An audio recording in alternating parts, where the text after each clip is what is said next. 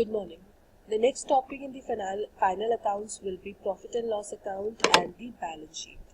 Profit and loss account. Profit and loss account shows all incomes and indirect expenses related to the business. Indirect expenses include those expenses such as administrative, selling, and distribution expenses that are required for the operation of the business. Profit and loss account provides net profit earned or net loss suffered by the business. Format of profit and loss account. As earlier explained, the left hand side will be debit side, the right hand side will be the credit side. In the left hand side, the expenses will come. The first item, that is gross loss transferred from the trading account, salaries, rent, commission, advertisements, bad debts, discount. On the credit side, gross profit transferred from the trading account, interest received, commission received, discount received. Again, if credit side is more, debit side is less, there will be a net profit transferred to capital account that appears on the balance sheet. Whereas if debit side is more, credit side is less, then net loss will be again transferred to the capital account. Items on the debit side of the profit and loss account. Gross loss, it is transferred from the trading account. Salaries, it refers to the amount paid to the employees as their salaries. Interest paid, it refers to the amount paid as interest on loans. Commission paid, it refers to the amount paid as commission to the agents. Trade expenses, it refers to the amount spent on various number of small but important expenses related to the business. Printing and stationery, it refers to the amount spent on printing of bills, invoices, registers, files and letterheads. Advertisement, it refers to the amount spent for attracting customers to buy the products. Bad debts, it refers to the amount which is not paid by the debtors to whom the goods were sold on credit. Discount, it refers to the amount which is reduced from the list price of the goods. Item on the credit side of profit and loss account, gross profit. Again, it is transferred from the trading account. Interest received, it refers to the amount received as interest on investments. Commission received, it refers to the commission earned by the business for giving business to others. What is the importance of the profit and loss account? It provides information about net profit earned or net loss suffered by the business.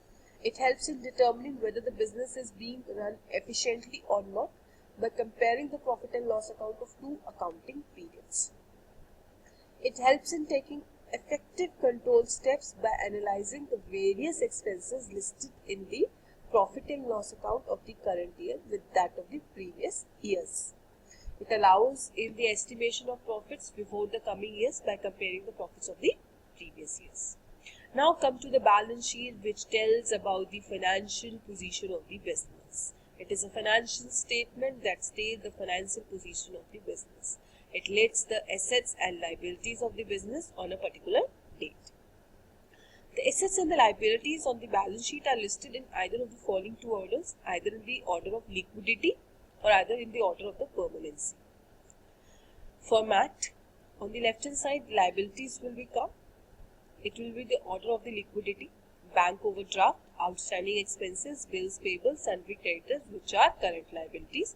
Long-term loans, debentures, capital will be long-term liabilities. On the asset side, again, in the order of liquidity, current assets are cash in hand, cash at bank, prepaid expenses, bills receivable, sundry debtors, closing stock either in the form of raw material, work in progress, finished goods or plant and machinery, and other fixed assets like plant and machinery, furniture, fixture or any other fixed assets.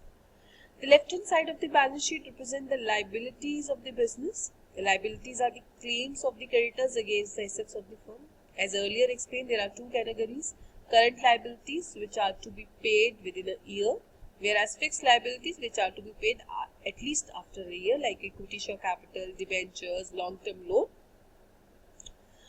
The right hand side of the balance sheet represents the assets of the business. Assets represent the resources acquired by the business.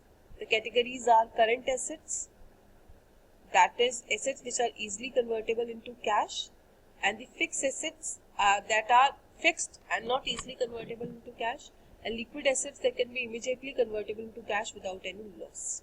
Fixed assets, the assets that are required for carrying out the business and are not meant for resale. Intangible asset, the asset like goodwill and patent that cannot be seen or touched. There are some fictitious assets, the assets that are neither tangible nor possess of property, like deferred advertisement expenditure, preliminary expenses, etc. There are some adjustment entries also. These entries are made at the end of the accounting period after closing the books of accounts and preparing the trial balance. Some of the important adjustments that are required for the preparation of final account: closing stock.